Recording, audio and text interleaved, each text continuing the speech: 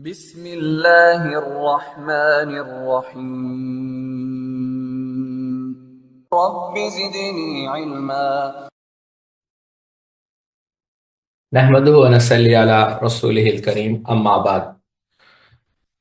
سامعین اکرام، جیسا کہ ہم نے پچھلی مجلس میں دیکھا کہ علامہ ابوالحسن اشعری علیہ الرحمہ کے جو ہے 3 دور گزرے، اور اس میں بہرحال جیسا ہم نے کہا کہ جو تیسرا دور ہے اس میں جو ہے اہل علم کا اختلاف ہے۔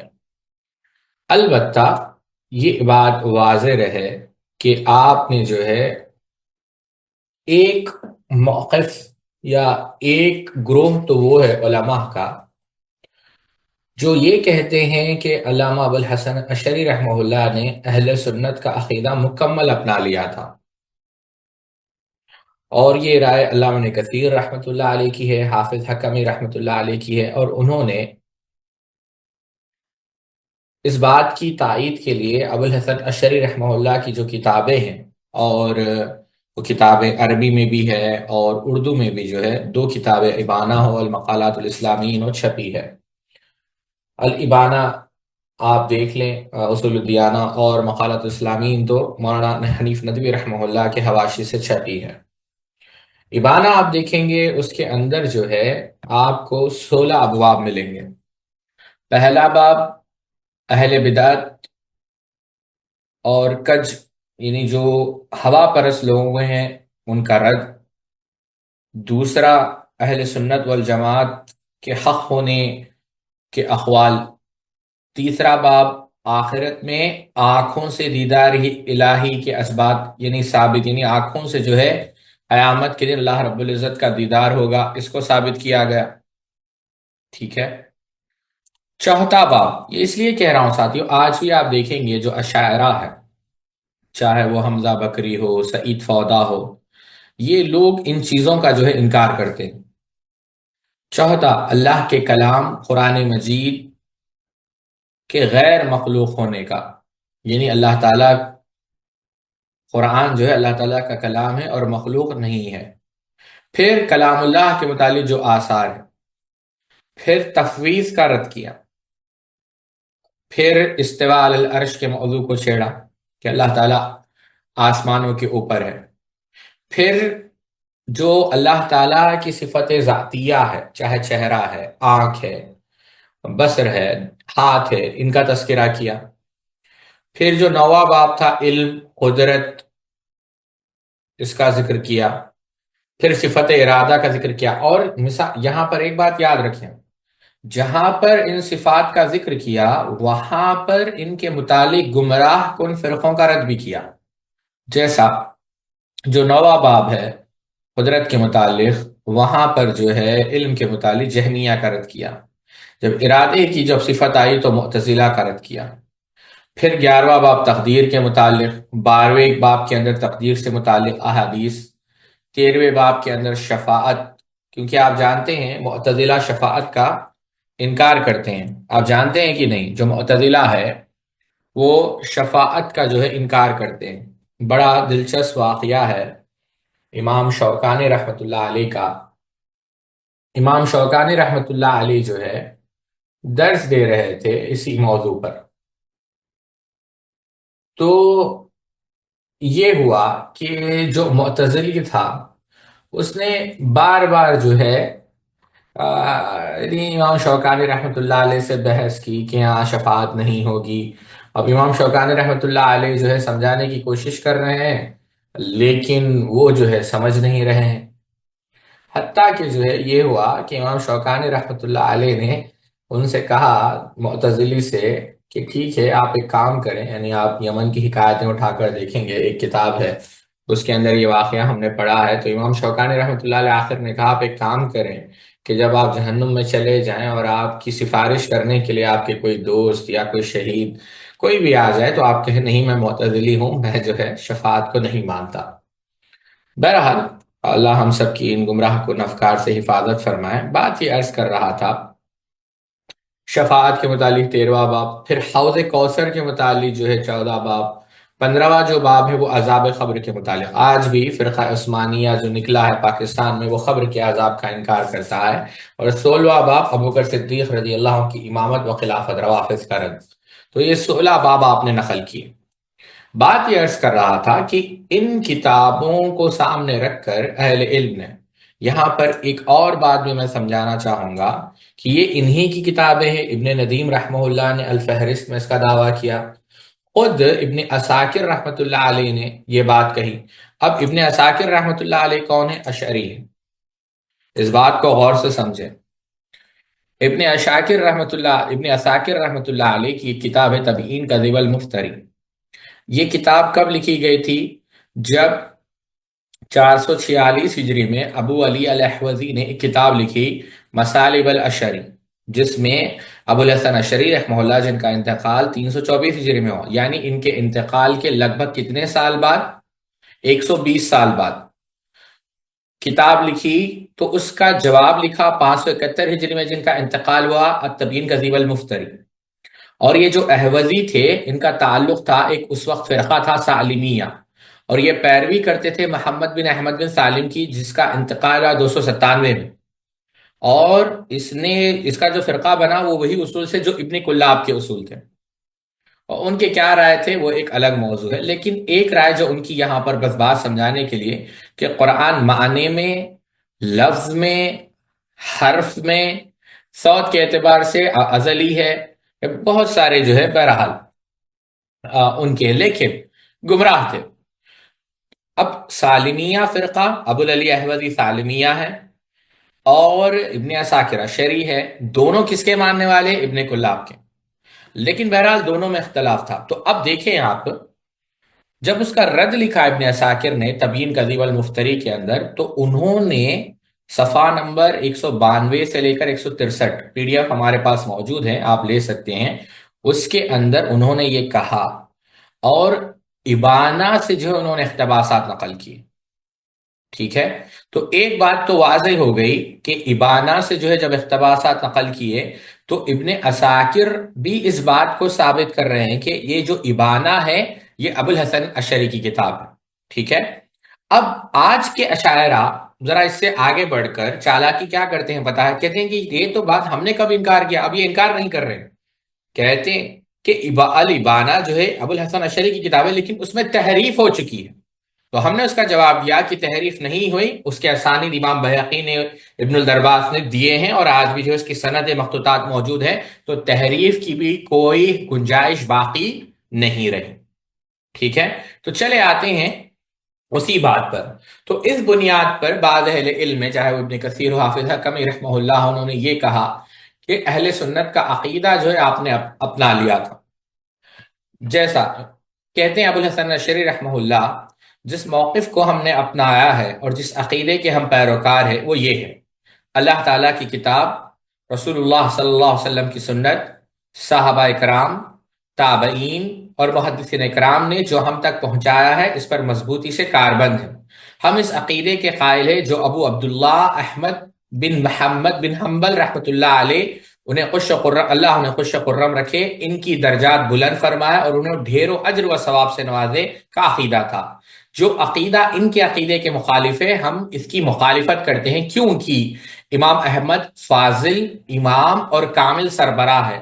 آپ کے ذریعے اللہ تعالیٰ نے حق واضح فرمایا، گمراہی کا قلع یعنی گمراہی کو بند کیا، صحیح منہج واضح کیا. آپ کے ذریعے اللہ تعالیٰ نے بدعتی لوگوں کو بدعت، گمراہ کی گمراہیوں اور شکوک پیدا کرنے والوں کی شک کی بیچ کنی فرمائی. پیشوا محترم معزز عظیم اہل دانش امام صاحب پر اللہ تعالیٰ کی رحمت نازل ہو. یہ بات ابو الحسن ندوی رحمۃ اللہ علیہ نے کہی.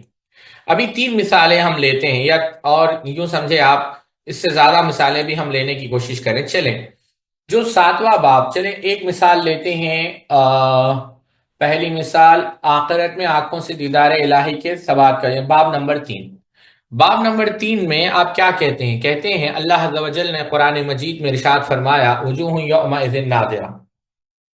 اب یہ کہنے کے بعد کہتے ہیں یہاں نظر سے مراد دیکھنا لیا ہو جائز نہیں، یہاں نظر سے مراد دیکھنا لیا ہو، یہ جائز نہیں کہ اللہ نے تفکر و اعتبار کی نظر مراد لی، کیونکہ آخرت و عبرت و اعتبار پکڑنے کی جا نہیں۔ یہ بھی جائز نہیں کہ نظر سے مراد نظر انتظار ہو، کیونکہ نظر جب چہرے کے ساتھ بیان ہو تو اس کا معنی ان دو آنکھوں سے دیکھنا ہوتا ہے۔ اس کا معنی ان دو آنکھوں سے دیکھنا ہوتا ہے جو چہرے میں ہوتی ہے، جس طرح اہل زبان نظر قلب بیان کرتے ہوئے کہتے ہیں کہ اس معاملے میں اپنے دل سے دیکھو، تو وہاں آنکھوں کی نظر مراد نہیں ہوتی۔ اس طرح جب چہرے کے ساتھ بیان کیا جائے تو اس کا معنی نظر انتظار نہیں ہوتا جو کہ دل سے ہوتا ہے۔ اب یہاں پر اللہ تعالیٰ کے دیدار کو ثابت کیا، اور پھر کیا کہتے ہیں معتزلہ کا یہ کہنا کہ اس آیت میں اللہ نے نظر سے انتظار مراد لیا، کیونکہ معتزلہ رد کرتے ہیں، ہم نے دیکھا ہے کہ اللہ تعالیٰ کا دیدار نہیں ہوتا۔ اس بات کا رد سے بھی ہوتا ہے کہ اللہ نے الہ ربها ناظرہ کہا ہے، اور نظر جس کا معنی انتظار ہو وہ الہ کے صلہ سے نہیں آتی، کیونکہ عرب کے ہاں نظر انتظار الہ سے ذکر کرنے کا جواز نہیں۔ تو یہاں پر تفصیل کے ساتھ آپ نے جو ہے رد کیا اور یہ بات ثابت کی کہ اللہ تعالیٰ کا دیدار ہوگا۔ آج بھی آپ سید الفودا کی کلپس اٹھا کر دیکھ لیں، وہ اس بات کا انکار کرتے ہیں، پھر کہتے ہیں کہ قرآن جو ہے مخلوق نہیں ہے، اور پھر اس کے بعد کہتے ہیں جو اصل ہمارا یہ موضوع سے تعلق ہے کہ اللہ تعالیٰ عرش پر مستوی ہے۔ کیا کہتے ہیں؟ کہتے ہیں، بڑی لمبی ایک بحث ہے لیکن انشاءاللہ کبھی ہم جو ہے اس دو تین باتیں اس میں نقل کریں گے۔ کہتے ہیں کہ اگر کوئی استوا کے متعلق ہمارا موقف پوچھے تو کہا جائے گا، ہم کہتے ہیں اللہ عز و جل اپنے عرش پر مستوی ہے، یہ بات آپ نے کہی۔ اللہ رب العزت اپنے عرش پر مستوی ہے، الرحمن علی العرش استوى۔ انشاءاللہ تفصیل سے ہم جو ہے جب موضوع آئے گا پڑھیں گے کہ آپ کا اس پہ موقف کیا تھا، یہ پورا جو ایبانا کے اندر جو پوری آپ کی بحث ہے۔ پھر آگے چل کر کہتے ہیں جہمیہ کا کہنا، یعنی اسماء و صفات کو ثابت کرتے ہوئے کہتے ہیں جہمیہ کا کہنا ہے کہ اللہ کا نہ تو علم ہے، نہ قدرت، نہ سمع اور نہ ہی بصر۔ ان لوگوں نے در حقیقت تعطیل توحید اور اسماء اللہ کی تکذیب کا قصد کیا ہے۔ یعنی جو لوگ اللہ تعالیٰ کے اسماء و صفات کا انکار کر رہے ہیں گویا وہ جھوٹے ہیں، اور اللہ تعالیٰ کو نعوذ باللہ من ذالک جھٹلانے کی جو ہے وہ کوشش کر رہے ہیں۔ ٹھیک ہے، لما خلقت بیدیہ، کہ اللہ تعالیٰ نے دونوں ہاتھ سے جو ہے پیدا کیا، تو دو ہاتھ سے مراد دو نعمتیں ہوں، دو جوارے مراد ہو، دو قدرت مراد ہو، یا پھر اس سے مراد ہاتھوں کا اس بات ہو جو نہ دو نعمتیں ہیں، نہ جوارے، نہ قدرتیں، نہ ان کی صفت بیان کیا ہے سوائے اس کے جو اللہ نے بیان کر دیا ہے۔ اب یہ کہتے ہیں کہ جیسا اشاعرہ، اب آپ دیکھیں امام کا مذہب کیا ہے اور پیروکاروں کا مذہب کیا ہے۔ کیا کہتے ہیں؟ دو نعمتیں ہوں، یہ جو ہے کہتے ہیں یہ مراد لینا جائز نہیں۔ جوارے ہو، یہ مراد لینا جائز نہیں ہے۔ قدرت ہو، جائز نہیں۔ خود کہہ رہے ہیں، کون؟ ابو الحسن اشعری رحمہ اللہ۔ یہ کون سا ایک منٹ میں دیکھنا بھول گیا، باب نمبر 8 ہے، باب نمبر 8 ہے، اس کے اندر کہہ رہے ہیں، انٹرنیٹ پر مار لیا لبانا آپ کو مل جائے گی، اس کے اندر کہتے ہیں مراد لینا جائز نہیں۔ کہتے ہیں اگر بیدیہ سے نعمت مراد ہوتا تو ہمارے مخالف کے مذہب کے مطابق آدم علیہ السلام کی ابلیس پر کوئی فضیلت ہی نہیں ہے، کیونکہ ان کے مذہب کے مطابق جیسے اللہ نے ابلیس کی ابتدا کی ویسے ہی آدم کی، اور یہ دو نعمتیں درجہ ذیل وجود سے خارج نہ ہوگی۔ اللہ اکبر، آپ سمجھ رہے ہیں میری بات؟ تو یہ چیز ہے ساتھیوں، صفات کو ثابت کیا اور اس کے بعد شفاعت، حوض کوثر، یہ ثابت کیا۔ بہرحال بات بتانے کا مقصد یہ ہے کہ یہ دونوں کتابیں جب آپ دیکھیں گے تو علماء نے ان دونوں کتابوں کو سامنے رکھ کر یہ بات کی ہے ساتھیوں۔ یہی وجہ ہے ساتھیوں، میں بات آگے بڑھانے سے پہلے دوبارہ آپ کو دہرا دیتا ہوں کہ اللہ تعالیٰ کے جو اسماء و صفات ہے یہ کیا ہے ساتھیوں؟ توقیفیہ ہے۔ ایک بات میں یہاں پر، کیونکہ جوارے وہ سب انہوں نے ذکر کیا، ایک اصول میں آپ کو سمجھانا چاہتا ہوں ساتھیوں، اور اس کو یاد رکھیں آپ، بہت سارے لوگ سمجھتے نہیں ہیں، اس کو لکھ کر رکھ لیں۔ تمام طلباء سے میں یہی گزارش کروں گا۔ آپ دیکھیں امام بہقی رحمۃ اللہ علیہ کو آپ لے لیں، ہم انشاءاللہ آئیں گے کہ امام بہقی رحمۃ اللہ علیہ کے متعلق عبد الرحمن المعلمی نے کیا کہا، وہ ایک الگ بحث ہے، بلکہ آپ نے عبد الرحمن المعلمی نے کیا کہا وہ ایک الگ بحث ہے۔ بس میں عرض کر رہا ہوں یہاں پر دیکھیں، امام بہقی رحمۃ اللہ علیہ نے جب اللہ تعالیٰ کے لیے آنکھ کی جو صفت ذکر ہوئی، آپ نے کہا کہ ہم اس صفت کو مانتے ہیں اور آپ نے کیا کہا؟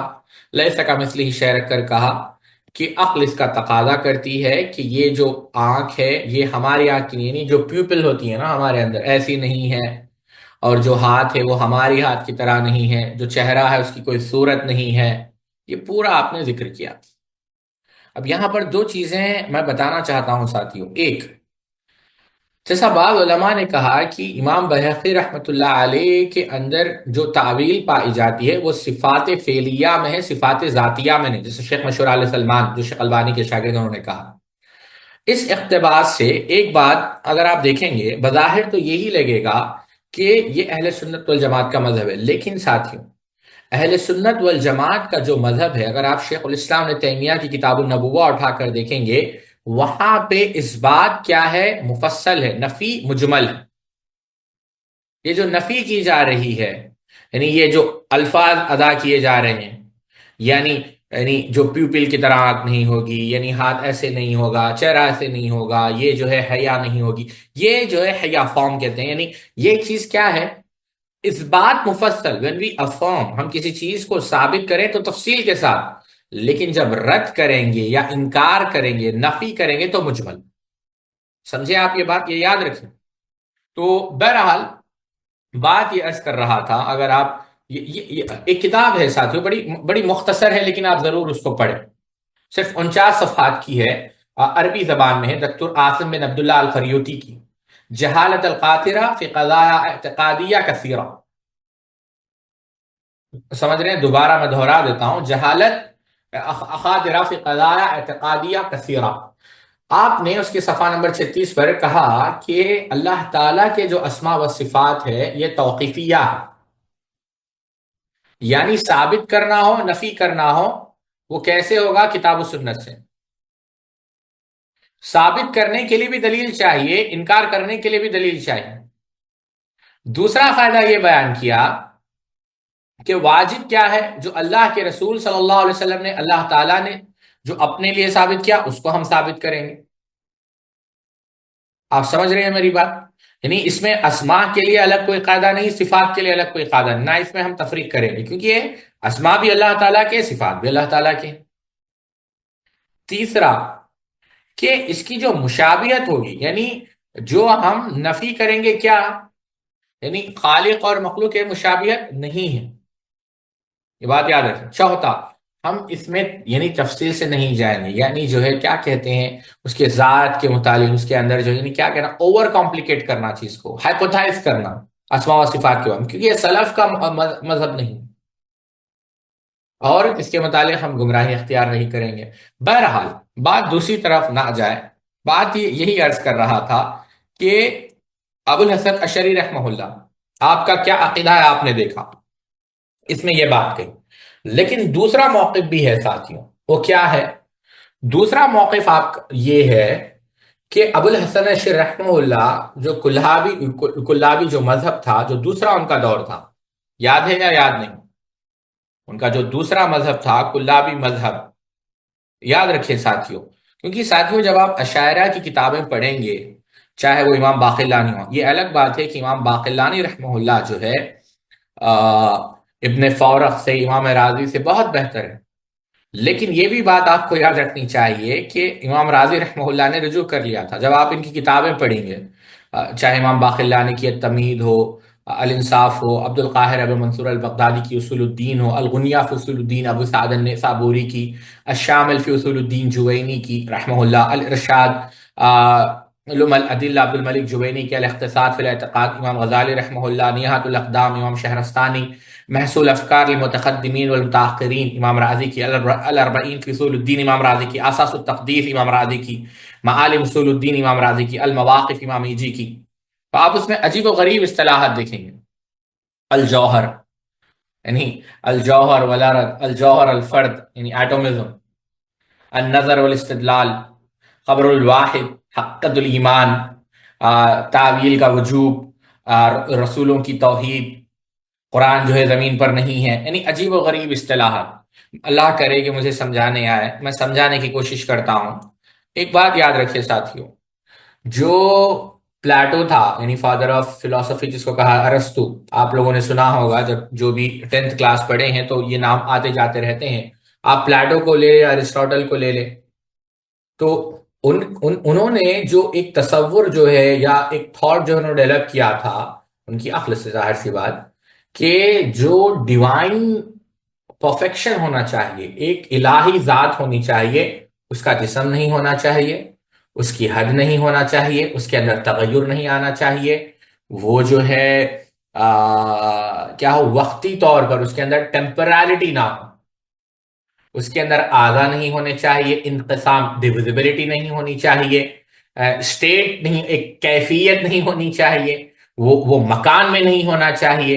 اور یہ پورے جو ہے، اب یہ جو انہوں نے لیا تھا، کس سے لیا تھا؟ اگر آپ دیکھیں گے، یہ میں آپ کو بڑی تفصیل سے بات بیان کر رہا ہوں، یہ جو لیا تھا، اگر آپ دیکھیں 3 نام میں نقل کر رہا ہوں، جو اگسٹائن تھا ہپو کا، کلیمنٹ آف الیگزینڈریا کو آپ لیں، فیلو کو آپ لیں، یہ جو فلسفین ہیں، فیلو تو جو ہے عیسوی کا، یعنی کیا کہتے ہیں، یعنی اب میں کیا ہی کہوں اس کے بارے میں، تو یہ انہوں نے جو ہے افکار، یہ جو ہے یہ افکار انہوں نے بنائے، ٹھیک ہے، یہ کلامی بحث ہے، اور یہ کلامی بحث میں نے بعض اصطلاحات آپ کے سامنے رکھے۔ اچھا، یہی کہاں داخل ہوئے؟ جعد ابن درہم میں، جہاں بن صفان میں، ابھی آپ جو ہے، اور انہوں نے کیا کیا، اس کو حدوث الاجسام، یعنی عجیب و غریب اصطلاحات ہم نے بیان کیے۔ تو یہ کلام آیا کہاں، کس کے پاس؟ اب تاریخ کو آپ یاد کر لیں، جو آپ نے پچھلے درسوں میں سیکھا، جہمیہ کے پاس، معتزلہ کے پاس، کلابیہ کے پاس۔ اب یہ آیا وہاں جہمیہ کے پاس، معتزلہ کے پاس، پھر تھے یہاں تو آپ سمجھ گئے۔ پھر یہی افکار لے کر یہ کن کے پاس پہنچے، جہمیہ اور معتزلہ؟ یہ پہنچے کلابیہ کے پاس، کرامیہ کے پاس۔ آپ سمجھ رہے ہیں میری بات؟ کیونکہ عقل، دیکھیں آپ، اصول وہی ہے، اصطلاحات بدل رہے ہیں لیکن نتیجہ وہی نکل رہا ہے۔ آپ جہمیہ کو لے لیں، ارسطو کو لے لیں، کوئی خاص نظر آپ کو نظر، کوئی خاص فرق آپ کو نظر نہیں آئے گا۔ یہ کلابیہ کرامیہ پھر کہاں آ رہے ہیں؟ یہ یہاں سے کیا آ رہا؟ اشاعریہ، ماتوریدیہ کا ذکر کل ہم کریں گے، ابھی اشاعرہ پر گفتگو چل رہی۔ تو یہ ہے ساتھی، بات سمجھے آپ یا نہیں سمجھے یہاں تک؟ اچھا، اب آپ دیکھیں، جو اصل بات تھی، بات دوسری طرف جا رہی ہے، کہ ابو الحسن اشعری رحمہ اللہ، جنہوں نے کلابی مذہب سے مکمل رجوع نہیں کر پائے تھے، یعنی یہ ایک موقف ہے کہ مکمل رجوع نہیں کر پائے وہ، کیونکہ وہ بہت سارے مسائل میں تو اہل سنت کے قریب ہو گئے تھے، لیکن پھر بھی مکمل وہ جو ہے مکمل رجوع جو ہے نہیں کر پائے۔ اور یہ شیخ الاسلام علامہ ابن تیمیہ کا، علامہ ابن قیم کا، اور دیگر اہل علم کا ہے،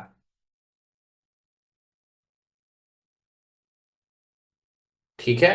تو علامہ ابن تیمیہ رحمۃ اللہ علیہ نے لکھا کہ ابو الحسن اشعری اگرچہ وہ معتزلی کے شاگردوں میں سے تھے، یعنی جبئی، لیکن وہ جبئی کے شاگرد تھے، وہ ابن کلاب کے جانب رجحان اور میلان رکھتے تھے۔ انہوں نے زکریا ساجی سے اصول حدیث بصرہ میں پڑھے، پھر جب بغداد آئے اور وہاں کے حنبلی اہل علم سے دیگر علوم بھی حاصل کیے۔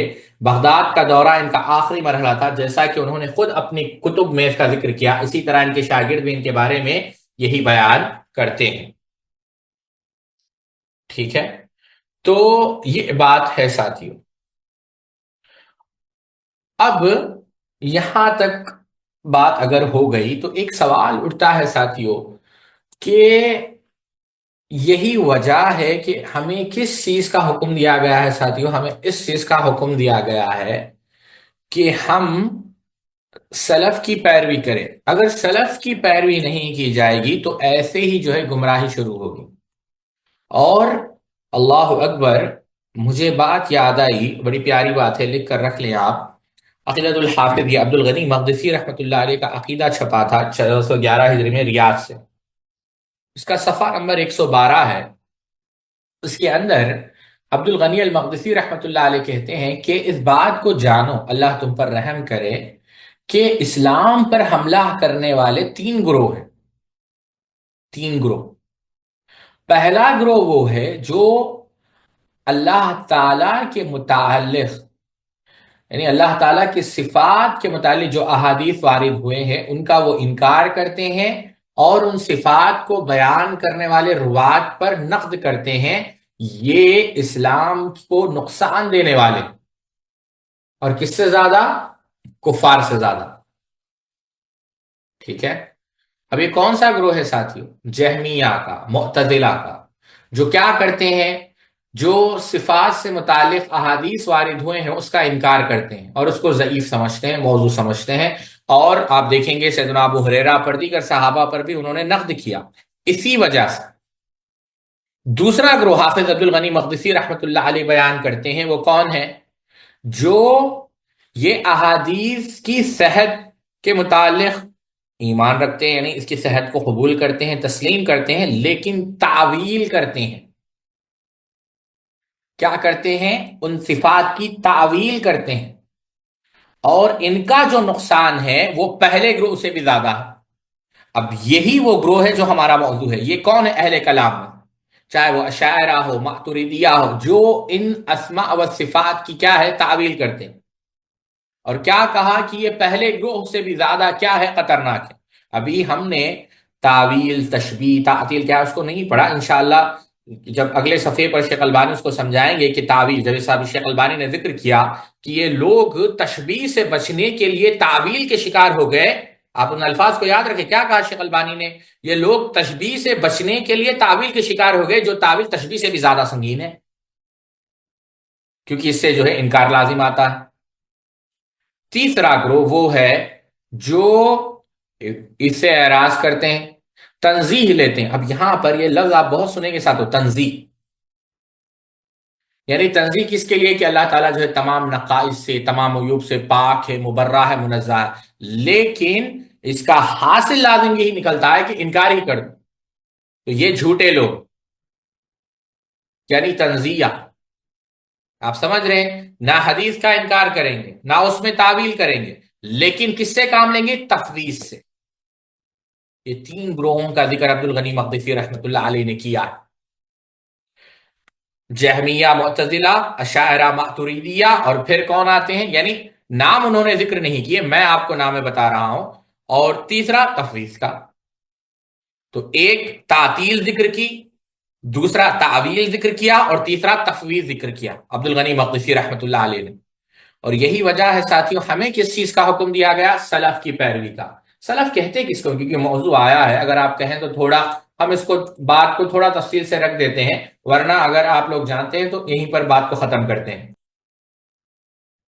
جہاں تک سلف ہے ساتھیوں، اگر آپ اس کا لغوی معنی دیکھیں گے، آپ لسان العرب اٹھا لیں، ابن الفارس کی معجم مقاصد اللغہ اٹھا لیں، یعنی یہ اسی معنوں میں، یعنی یہ سالف کا جو جمع ہے، جو لوگ پچھلے گزر چکے، پریڈیسیسر جسے ہم انگلش میں کہتے ہیں۔ اور سلف الصالح اس معنی میں اختلاف ہے ساتھی۔ آپ دو کتابیں پڑھیں، وسطیہ اہل السنہ بین الفراق دکتر محمد باقرین کی، اور کتاب اللزوم الجماع دکتر جمال بعدی کی، اس میں انہوں نے مختلف اقوال نقل کیے ہیں۔ بعض اہل علم کا یہ کہنا ہے کہ جو سلف صالح سے مراد صحابہ ہے، بعض یہ کہتے ہیں کہ صحابہ اور تابعین ہیں، اور ایک گروہ یہ کہتا ہے کہ صحابہ ہے، تابعین ہے، اور تبا تابعین۔ اور راجح بات یہی ہے جو محمد ابن خلیفہ التمیمی علیہ الرحمٰن نے بیان کی، کہ سلف صالح سے مراد صحابہ ہے، تابعین ہے، تبا تابعین، یعنی جو اللہ کے رسول صلی اللہ علیہ وسلم کا بہترین زمانہ، خیر القرون قرنی ثم الذین الی آخری۔ ٹھیک ہے، اب یہ رہی پہلی بات ساتھیوں۔ اب سلف کے پیروی کرنے کا حکم، یہ تو معنی ہم سمجھ گئے کہ لغت میں معنی کیا آتا ہے، اور اصطلاح شریعت میں اس کا معنی کیا ہے۔ والسابقون الاولون من المہاجرین والانصار والذین اتبعهم بإحسان رضی اللہ عنہم ورضوا عنہ وأعد لهم جنات تجری تحتها الانہار خالدین فیہا ابد ذلک الفوز العظیم، سورہ توبہ۔ یہاں پر کس کی اتباع کرنے کے حکم دی گئی ہے؟ یعنی سابقین، مہاجرین، اور جنہوں نے ان کی اتباع کی۔ اللہ تعالیٰ ان سے راضی ہے، وہ اللہ سے راضی ہے۔